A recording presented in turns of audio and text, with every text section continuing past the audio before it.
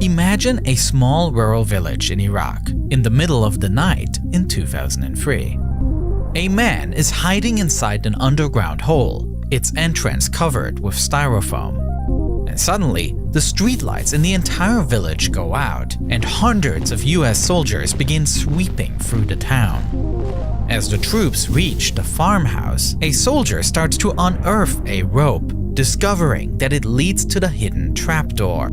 They open it and prepare to throw a grenade into the hole just to be safe. But just before the pin is pulled, everyone freezes as a pair of hands emerge from the hole, followed by a bearded man. With his hands in the air, he declares to those around him, "My name is Sadam Hussein. I am the president of Iraq, and I want to negotiate."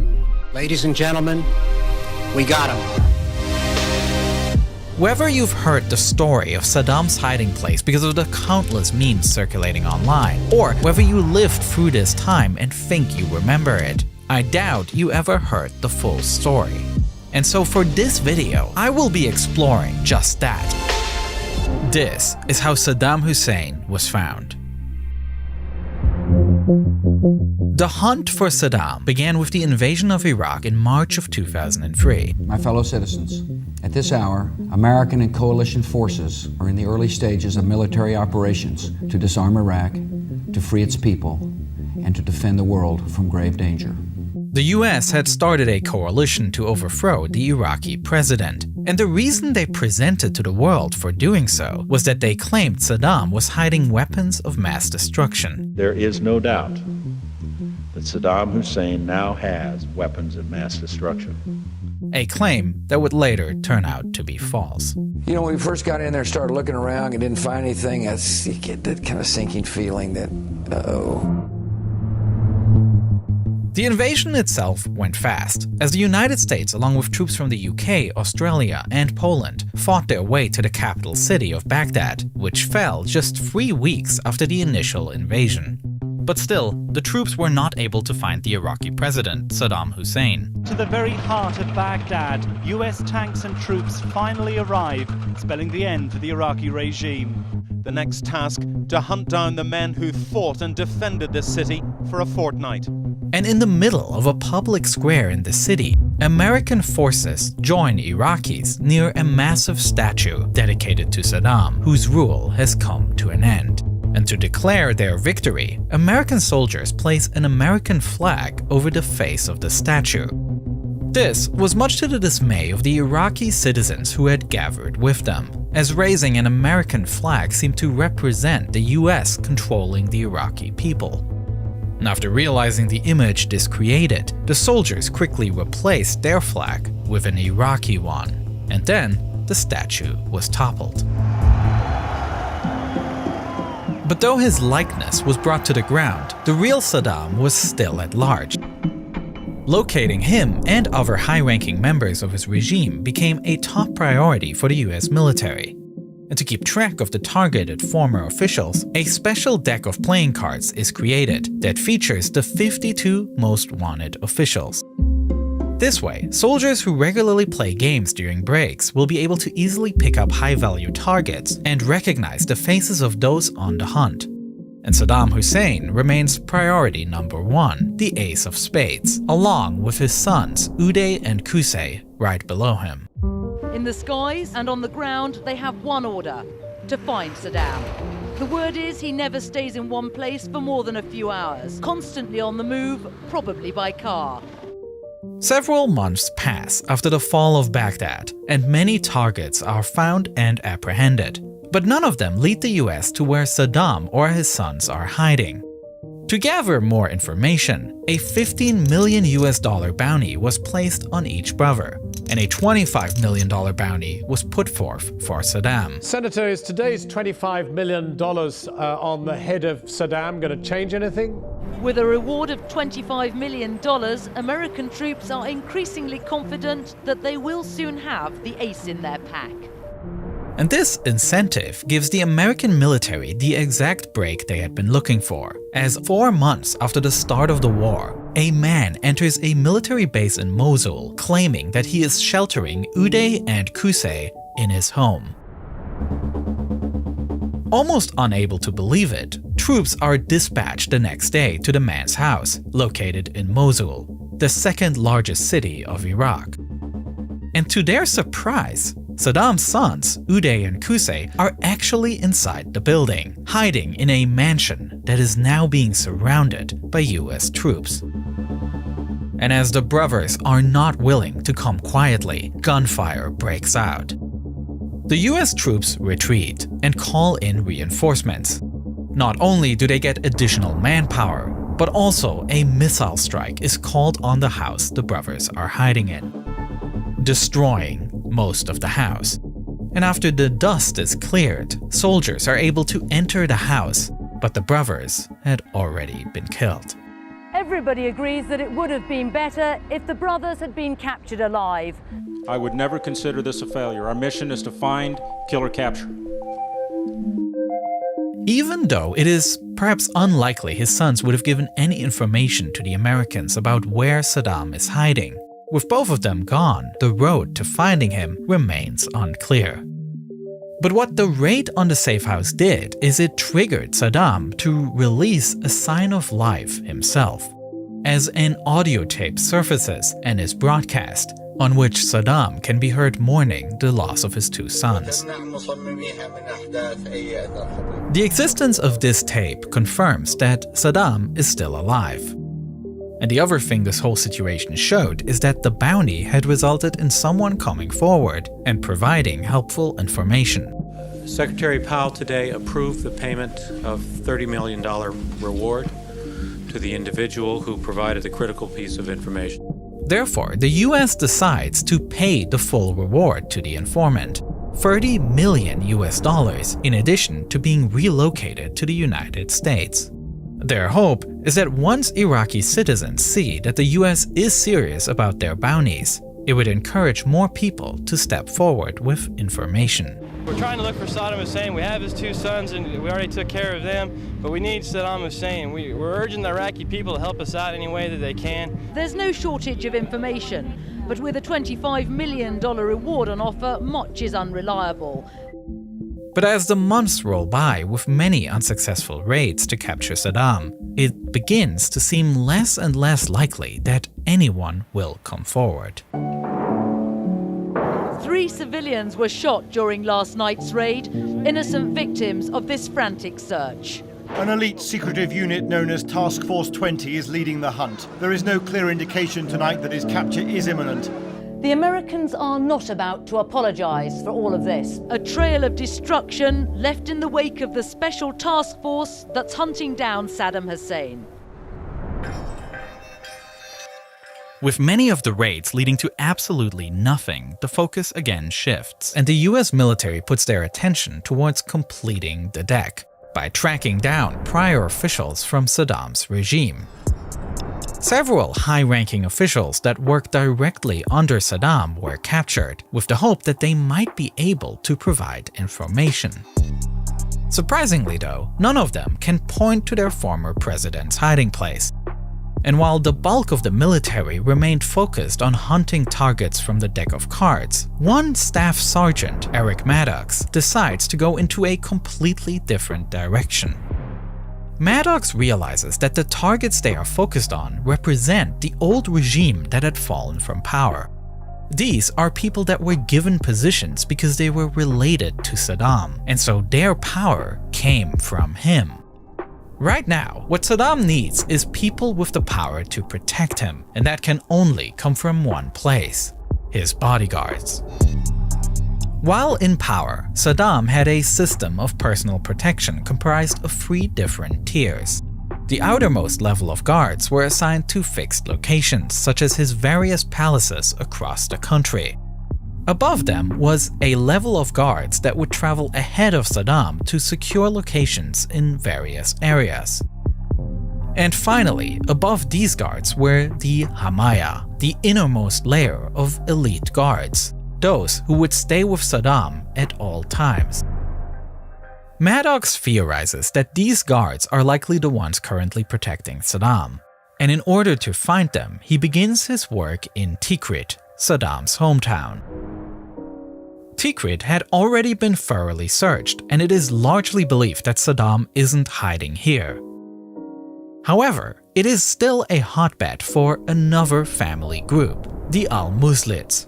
And most of Saddam's elite bodyguards came from exactly this family. As Maddox begins his interrogations, he notices that one name keeps popping up: Muhammad Ibrahim Omar al-Muslid. And the more Maddox learns about Muhammad Ibrahim, the more convinced he feels that he is on the right track. Not only was Muhammad Ibrahim one of Saddam's most trusted inner circle bodyguards, but it seems like he is currently leading the entire resistance against the US occupation. He had installed several lieutenants in charge of certain areas of Iraq to coordinate attacks against coalition forces, and he is the one coordinating funds for counter-attacks. Saddam's loyalists here had taken off their uniforms and tried to fight the Marines with guerrilla tactics. And if Muhammad Ibrahim is really running operations in Saddam's stead, then he has to know where Saddam is hiding. And so, Muhammad Ibrahim becomes a prime target. To get to him, Maddox interrogates a nephew of Muhammad Ibrahim, who then reveals the names and locations of two close business associates, as well as the name of Muhammad's driver, Basim Latif. Basim, along with family members of these business associates, are interrogated, and the US is able to begin filling in the gaps of Muhammad's movement. So far that they even find out the location of Muhammad's son, Muslid, who is interrogated next. Initially, it seems that Muslid isn't able to be of much help. He didn't have much involvement in the resistance, but what he did reveal is that he used to often go fishing with his father. And even though they don't go anymore, he knows that his father still fishes at a pond he owns in the city of Samarra. This may seem like a trivial piece of information, but Maddox fought back to an interrogation he had before with a prior housekeeper of Saddam.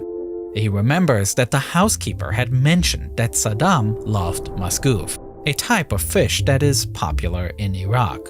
Suddenly, the trail seemed red hot, and Maddox was certain that Muhammad would be able to lead him to Saddam. To find out more, US forces raid the fish farm Muhammad was known to use. Two fishermen were located, but neither of them were Muhammad. And when these fishermen are questioned, Maddox finds out that one of them was a cousin to a lieutenant in the resistance. And the fisherman also mentions an uncle they shared who had a house in Baghdad. Perhaps Muhammad could be hiding there. If so, he would be hiding in plain sight in the Iraqi capital of Baghdad that had been under the control of the US-led coalition for months. But with no better lead to follow, the decision is made to raid the house in Baghdad. When you think about it, what led them here is a series of rather weak links. As US troops are about to raid an apartment of an uncle of a fisherman from a place where the son of the suspect remembers fishing with his dad. And so, it comes as a surprise to the special forces when inside the apartment they find their suspect. Muhammad Ibrahim Omar al-Muslid is captured. Still, there was no guarantee that Muhammad would be willing to talk. Maddox himself questions him, and he offers him protection for himself and his family. And with that assurance, Muhammad begins to talk, and he reveals that Saddam is hiding in the small farming village of Ad-Dar, bringing us back to the scene from the very beginning of this video. As the US troops search the town, Muhammad Ibrahim is there with them as a prisoner. Based on his information, they search two unassuming farmhouses just east of the Tigris River. But when both of them are searched, their target is still nowhere in sight. Beginning to think this raid is just a dead end, the troops are about to give up. But then, Muhammad Ibrahim points out another building just to the north of the second farmhouse. The building is little more than a shack with 2 rooms, and no one is inside here either. It seems as though Mohammed Ibrahim has a good idea of where Saddam is, but the soldiers are not catching on. And there must have been some final mental block that prevents Mohammed Ibrahim from straight up telling them. He is willing to help, but he also doesn't want to be the one giving Saddam away directly. And so, Mohammed Ibrahim begins kicking at a piece of rope half buried in the ground outside the hut. Now, the soldiers understand. They find the trapdoor and Saddam. Ladies and gentlemen, we got him. United States military forces captured Saddam Hussein alive. In the history of Iraq, a dark and painful era is over. A hopeful day has arrived. Even though Saddam Hussein was captured, it didn't end the Iraq War. Coalition forces had no exit strategy once Saddam's reign had ended, and instability continued for years as the country struggled to rebuild what the invasion had destroyed. The image of Saddam hiding, though, became one of the most iconic ones in modern history, ingrained not just in the timeline of global events, but also in pop culture. It even became somewhat of a meme, with people finding Saddam hiding in all kinds of random places. Wikipedia even struggled with vandalism as Saddam kept hiding in all kinds of random graphs. But this is where it is important to remember that this moment didn't become iconic by itself. After Saddam was captured in this hole, the US military invited lots of journalists to tour his hiding place, ensuring the world saw where Saddam had been cowering. Today, I had the chance to clamber into the tyrant's last hiding place. It's a miserable hiding place, particularly for a man who built some of the most ostentatious palaces in the Middle East. They publicized photos of his arrest, showing him frail and utterly defeated. They also conducted a medical examination of Saddam where a doctor checked his teeth, as though his dental hygiene was a concern after his capture. But this video also was released publicly. And really, this story isn't just about finding Saddam. It is also a tale of the power of different narratives. On the US side, there is the narrative that there were weapons of mass destruction, later proven to be false. Both the US and Saddam understood that images can carry immense power. Saddam had spent decades fostering a cult of personality, saturating the country with his image, using state-controlled media to build a larger-than-life persona while brutally oppressing any form of opposition. And the US military felt a need to erode that myth. With the support for the war quickly waning, both in the US and globally, an easy solution was to make Saddam the face of the war. Saddam was undeniably one of the most brutal leaders of the modern era, and the image he projected was built on propaganda. But the carefully staged presentation of his downfall, the fact that this very image became so well known, was no less a form of such. Telling stories like this is at the core of what I try to do with this channel, revisiting events that shaped our world and recreating how exactly they played out. And it is precisely what I did for my next video, focusing on the Deepwater Horizon catastrophe. On April 20th, an explosion ripped through BP Deepwater Horizon drilling rig. Far offshore, the rig is still burning out of control. It's the worst oil spill in U.S. history. For this video, I have created extensive 3D animations to better visualize the sheer amount of oil lost during the disaster. And the video explains how engineers tried to plug a hole more than 5,000 feet deep in the ocean. Because there's never been a leak this size, at this depth, stopping it has tested the limits of human technology. 1 month from now, this video will come to YouTube, but you can already watch it right now on Nebula. That is because I publish all my videos to Nebula first, one video ahead of the YouTube uploads. And I created an entire video series that is completely exclusive to Nebula, called Underexposure. It is a show I am incredibly proud of, as I was able to focus on darker subject matters that would otherwise risk getting demonetized on YouTube. For example, if you enjoyed this video about Saddam Hussein, you will probably also enjoy my exclusive video about the Kuwaiti oil fires, an unbelievable story of what happened when Saddam Hussein's troops set thousands of oil wells on fire in the neighboring country of Kuwait. And besides my original series, Nebula is filled with exclusive content from lots and lots of talented creators, with exclusive game shows, full-length documentaries, and even feature films. So sign up on nebula.tv/neo, and if you use this link, you will actually get a 40% discount of the annual plan. That comes out to just $3 a month to access all of Nebula, where you can watch all my videos early. So thanks for your support, and thanks for watching.